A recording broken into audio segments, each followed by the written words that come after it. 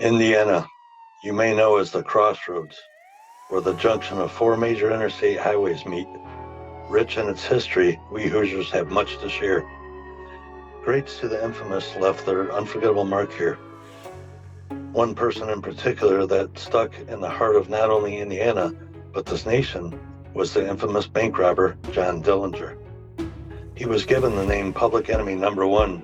He was accused of robbing 24 banks, 4 police stations, and it didn't stop there. He then escaped prison not only once, but twice.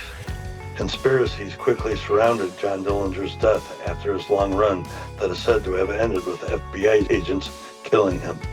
Conspiracy theorists believe that there was an FBI cover-up which deceived the world of Dillinger's deadly ending outside a theater in Chicago. They believe the government hired him instead. This cover-up involved the John Dillinger look-alike that took the fall. Could it be true that John Dillinger beat death and walked away once again? Some are convinced that is exactly what happened. Could this claim be far-fetched? We know that in order to be an FBI agent, candidates must be in good standing with no felony convictions, but it's known that criminals have worked on the sidelines with agents to help capture criminals. FBI agents quickly dismiss the conspiracy as a myth and are confident that they killed John Dillinger on July 22, 1934. It's reported that John Dillinger's sister identified him as the deceased corpse. However, conspiracy theorists were not convinced, and these conspiracy theories were not put to rest. Some doubters have made extraordinary claims that some relatives and friends were forced to be part of the cover-up. Several others have come forward backing the claim that John Dillinger was not killed. The cousin of Dillinger's sweetheart, Evelyn Billy Fraschetti, named Tony Fraschetti, claims that Dillinger was not the one lying dead in a pool of blood that evening in the alley. Tony was adamant and told news reporters, "I know he wasn't killed in Chicago, and you could quote me on that." Billy's close friend Vivian and husband Schwano disagreed with Tony.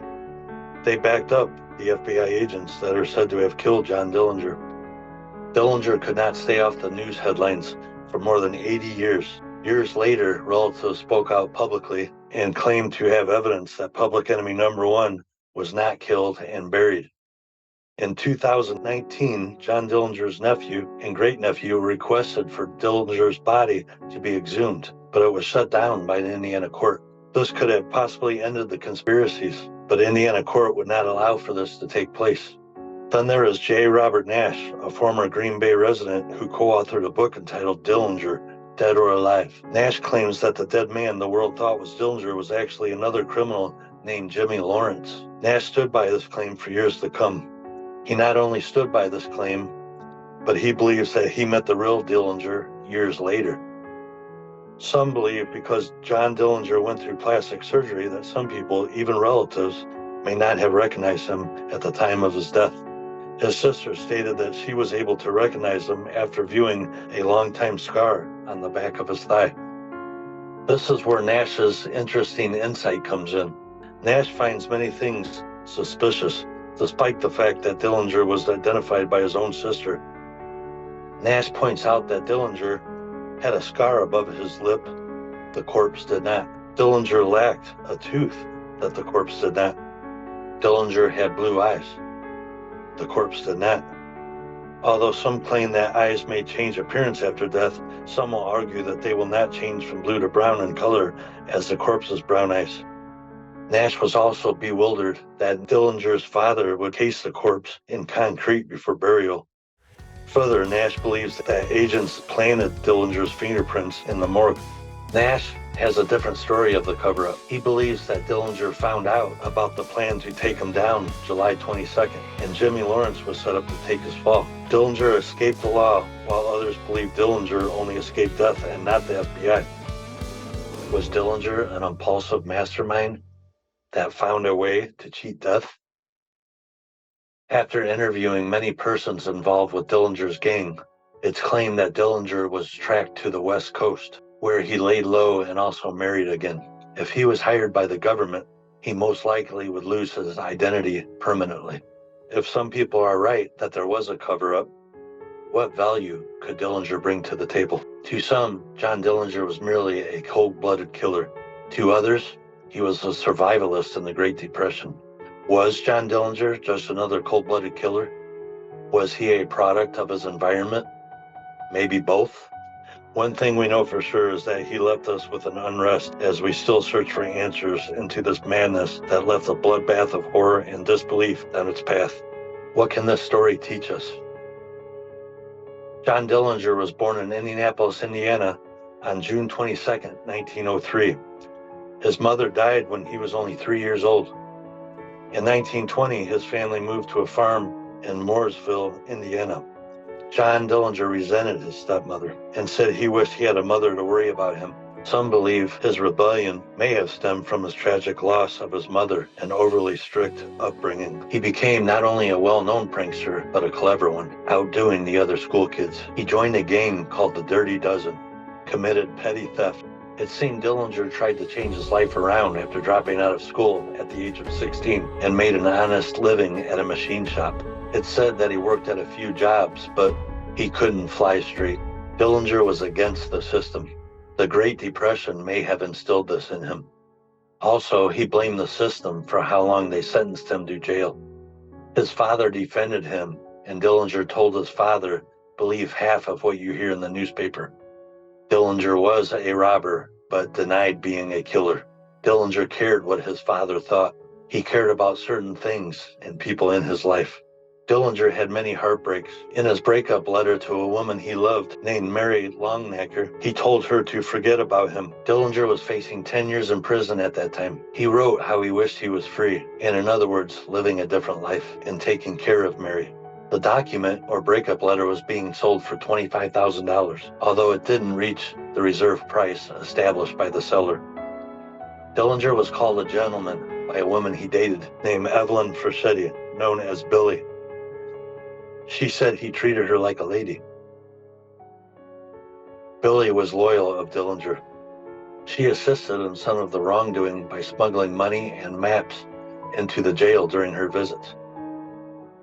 She was then arrested. Dillinger tried to rescue her, but death threats swirled around if he tried. A witness claims he cried like a baby. He still met with his legal investigator, Arthur O'Leary. Billy begged Dillinger to not help her. She feared for his life. She served 2 years in prison for harboring a criminal. In some people's eyes, Dillinger was a hero. In others, nothing but a criminal. The poor people praised Dillinger for leaving them alone while he robbed banks. Dillinger showed that he had a heart. He also used his wits in the wrong ways. I've lived in Indiana since I was born. I love to play guitar. I love to fish. I love to work out. And I love martial arts. Every year I visit the John Dillinger Museum. My grandfather witnessed the killing of Patrick O'Malley, an East Chicago cop killed by the Dillinger gang. My grandfather later became a cop, and I followed in his footsteps. Little did I know I'd come close to the same fate as O'Malley when a robber shot at me, and I had a near-death experience. Robbers and cops you see on the news, in the newspapers, even down your blocks. The experiences are surreal when you're one of the two. Both sides share similarities, from rank to taking a similar do-or-die oath, so to speak. Once you make that decision to initiate the act, there's no going back. Ironically, the savviest criminals could become good cops, and vice versa. Good cops could be savvy criminals. As they say, sometimes you have to think like a wolf to catch a wolf. Both are determined to hold the line at all costs. A dangerous aspect to criminals is that many will do anything, even accept death, to avoid prison. Sharp criminals are strategic in their moves, exceptionally good at playing the cat and mouse game. Cops must play the same game, like a game of chess, calculating each move that must be on point or you lose. Same game, opposite ends. Both are confident and relentless to complete their mission. It's a dangerous game to play. Consequently, it's usually the criminal's luck that runs out. They may get away a few times, but they eventually lose their freedom or life. Many of us, as Dillinger and myself, have taken a side. I hope that most of us will take the side in preventing pain and hurt to others. In my free time, I play the guitar. It's one of my passions. I've played during my time on the force to relieve stress. I was astonished to discover it's quite common for cops to play instruments. Maybe some of us need outlets, like music, to ease our minds from the work we do. My near-death experience has taught me that I truly believe that every day could be your last, and to not take life for granted. But I didn't truly believe it until I had a near-death experience myself. That's when you actually accept the morbid fact that every day could be your last day. Nobody wants to truly believe that. However, when you experience such a dark episode, you start believing it. At that point, you really do truly appreciate every day as if it's your last. You always think that it's going to happen to somebody else. You see things on the news, but none of that is going to happen to you. This opens your eyes.